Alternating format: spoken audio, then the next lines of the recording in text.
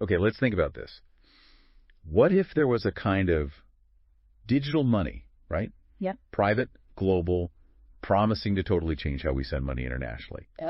But yeah, also carrying some really significant, maybe even systemic risks. Mm-hmm. This isn't some far-off idea. It's actually happening right now in finance, and it affects everyone listening. It really does.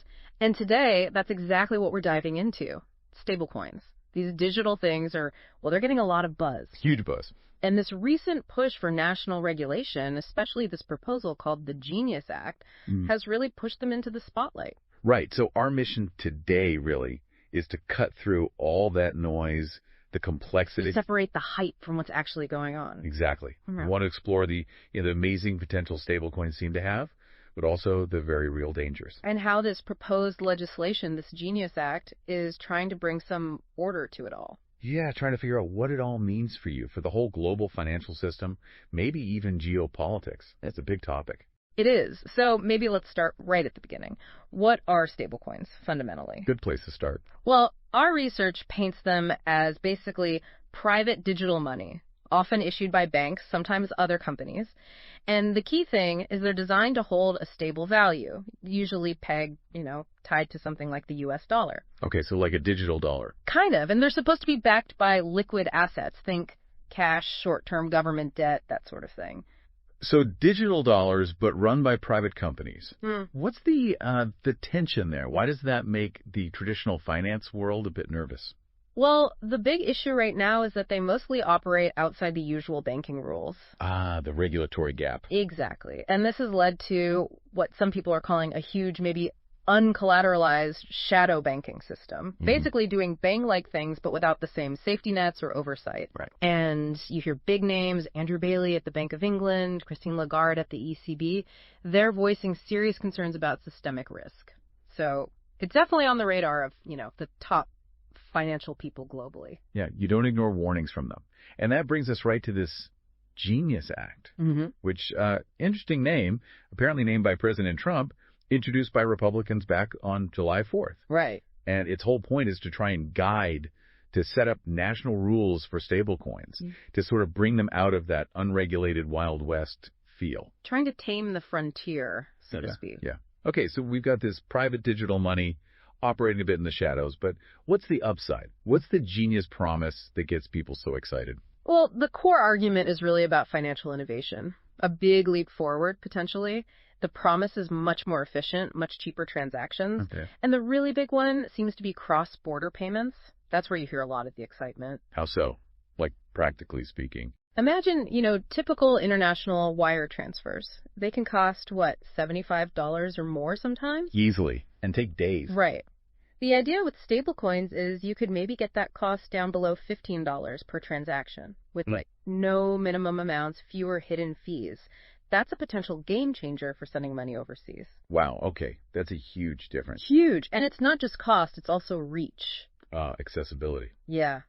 Stablecoins could potentially reach billions of people around the world. Think about places like Turkey or Nigeria, where maybe trust in the local currency isn't super high. Right, people looking for stability. Exactly. For them, a stablecoin could almost become like a money meme. Not like a joke, but like an idea that spreads virally because it meets a need. A trusted digital alternative that just catches on because it works better for people in that situation. Precisely. It's this interesting idea of trust transferring digitally, something stable, accessible. It just becomes money for people. Fascinating.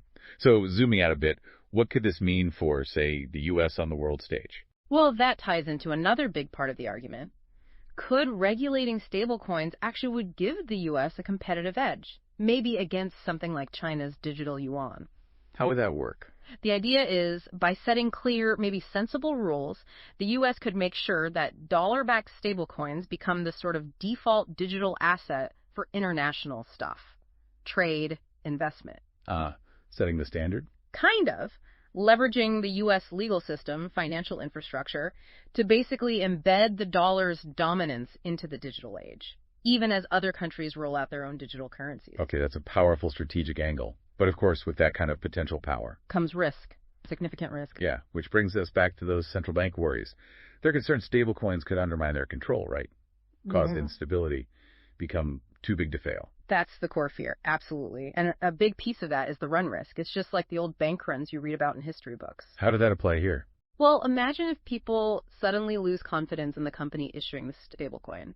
Maybe there are rumors they don't really have the backing assets. Okay. Everyone rushes to redeem their stablecoins for real dollars all at once, a flood of redemptions. The issuer is forced to sell its reserve assets really quickly to meet demand. And if those assets aren't super liquid, or if they include riskier things. Exactly. Selling them off in a panic could crash their value, potentially triggering wider market turmoil. It could create a doom loop. Where selling assets makes prices fall, which forces more selling. Yeah, nasty stuff. And it's not just theory. Our sources mentioned there was a stablecoin that collapsed back in 2020, so the risk is real. Okay, so the run risk is a big one. What else are central banks worried about? Well, another concern, especially you hear this from Europe, is that large unregulated stablecoins could mess with their ability to manage monetary policy. You mean setting interest rates, controlling the money supply?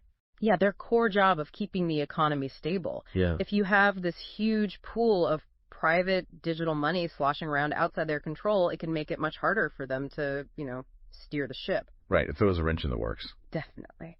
And then there's this other thing called regulatory arbitrage. Meaning? Basically, companies setting up shop in whatever country has the loosest rules, exploiting the gaps between different jurisdictions. Shopping for the weakest oversight. Look at it.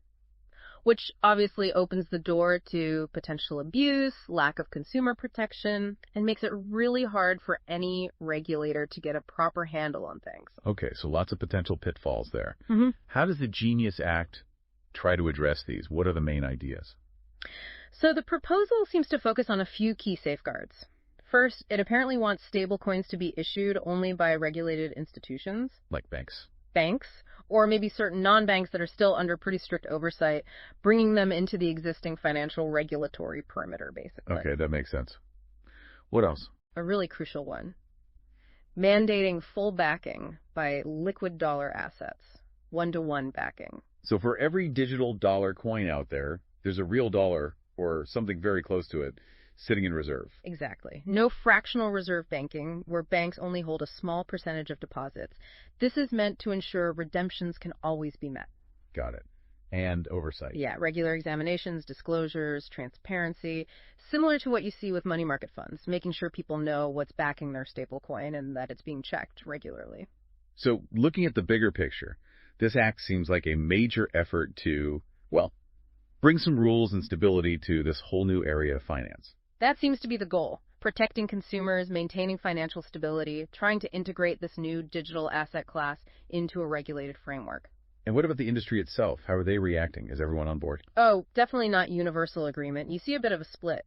On one hand, you have some traditional big banks who maybe see stablecoins as direct competition, a threat to their deposit base, their payment business. Understandable from their perspective. But then you have the stablecoin issuers and proponents arguing, hey, we're just another form of deposit, really, offering similar services, just using newer technology. So it's a fundamental debate about what money is Yeah. and who gets to issue it in the future. Pretty much. It touches on some really core questions about the future of finance. Okay, so let's try and wrap this up. We've covered a lot in this deep dive. We have. Stablecoins. On one side, this incredibly powerful tool, potentially, for innovation, cheaper, faster payments, global access. Right, the big promise. But on the other side, this real potential for systemic risk, like an unregulated shadow bank that could blow up. The Wild West danger. And legislation like this Genius Act is basically trying to find that balance, trying to get the benefits while managing those significant dangers. Harness the good, contain the bad. That seems to be the objective. Right. So that leaves us, and you listening, with a final thought to chew on. If stablecoins do become well regulated, safe, and they really can offer faster, cheaper money access for billions, especially in emerging markets where maybe local currencies aren't trusted, what kind of fundamental shifts could we see in global economic power? How might that totally reshape the future of finance? Not just for big institutions, but for everyone, everywhere. That's a big question. The ripple effects could be enormous. Definitely something to keep watching.